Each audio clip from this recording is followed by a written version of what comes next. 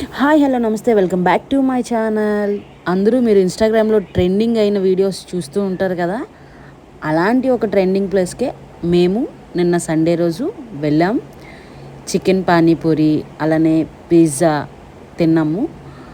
నాకు తెలిసి chicken panipuri cost కొంచెం ఎక్కువ అనిపించింది. టేస్ట్ పరంగా అయితే ఓకే. నా ఫీలింగ్ ఏంటంటే ఇంటి దగ్గర కూడా ఒకసారి ట్రై చేయాలి అని. మీరు కూడా వెళ్ళకపోతే ఒకసారి వెళ్ళి ట్రై చేయండి. ఫుడ్ అయితే బాగానే ఉంది. పిజ్జా కోసం నెక్స్ట్ చెప్తా. ఇదైతే ఓన్లీ పానీపూరి కోసం మాత్రమే. పానీపూరి మాత్రం చాలా బాగుందండి. మైనీస్ వేసి ఇచ్చారు. దానికి తోడు అందులో చికెన్ కీమా చేసినట్టున్నారు. దానిపైన లైట్గా ఆనియన్స్ వేసి క్యాప్సికమ్ వేసినట్టున్నారు. గ్రీన్గా ఉన్నది ఏంటనేది నేను కూడా పెద్దగా అబ్జర్వ్ చేయలేదు. ఆ పైన ఏమో మిక్చర్ వేసి ఇచ్చారు అంతే. వాటర్తో కన్నా ఇలా ప్లెయిన్గానే తింటే బాగుంది. వాటర్ లేకుండా ప్లెయిన్గా తినండి. టేస్ట్ అయితే బాగానే ఉంది. ఒక్కొక్క పీస్ 10 రూపీస్ పడింది. అంటే 50 రూపీస్కి 5 పీసెస్ ఇచ్చారు. ఓకే, తినచ్చు, వెళ్ళొచ్చు వన్ టైం.